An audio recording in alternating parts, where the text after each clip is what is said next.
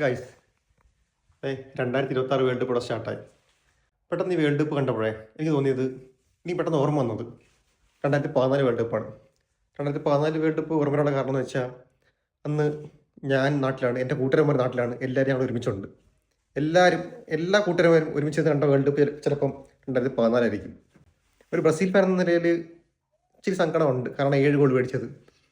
പക്ഷേ ഓവറോൾ നോക്കുകയാണെങ്കിൽ, അതായത് നമ്മൾ ഒരുമിച്ചിരുന്ന് കണ്ട് എൻജോയ് ചെയ്ത് അങ്ങോട്ടും ഇങ്ങോട്ടും കളിയാക്കി അങ്ങനെ ഫുൾ എൻജോയ് ചെയ്ത് കണ്ട വേൾഡ് കപ്പ് 2014.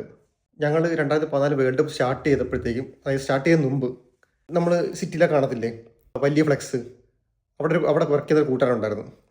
അങ്ങനെ പുള്ളിക്കാരനായിട്ട് പോയി നമ്മൾ ഫ്ലെക്സ് എടുത്ത് ഞങ്ങൾ ചെറിയ ടെൻ്റ് അടിച്ച്, ഞങ്ങൾ സ്വന്തമായിട്ടാണ് ടെൻ്റ് അടിച്ചത്. അങ്ങനെ ആ ടെൻ്റിനകത്തിരുന്നാണ് ഞങ്ങൾ 2014 വേൾഡ് കപ്പ് കാണുന്നത്. ഇപ്പം നോക്കുമ്പോഴത്തേക്ക് നോക്കിയേ, ഈ മുറിയിൽ ഞാൻ ഒറ്റയ്ക്ക്, കുറച്ച് പേര് നാട്ടിൽ, കുറച്ച് പേര് വിദേശത്ത്, എല്ലാവരും അങ്ങ് നിന്നു. ആ ഒരു വേൾഡ് കപ്പ് എന്തായാലും മറക്കാൻ പറ്റത്തില്ല. എല്ലാവരും കൂടെ ഒരുമിച്ചിരുന്ന് കണ്ട് എൻജോയ് ചെയ്തൊരു വേൾഡ് കപ്പ് തന്നെയായിരുന്നു അത്. അടിപൊളി തന്നെയായിരുന്നു അത്. കുറച്ച് സങ്കടത്തോടാണെങ്കിലും മനസ്സിലാക്കണം, ഇനി അങ്ങനെ ഒരു കാലമില്ല. ഇനി അങ്ങും ഇങ്ങും എല്ലാവർക്കും വേൾഡ് കപ്പ് ഇരുന്ന് കാണാം.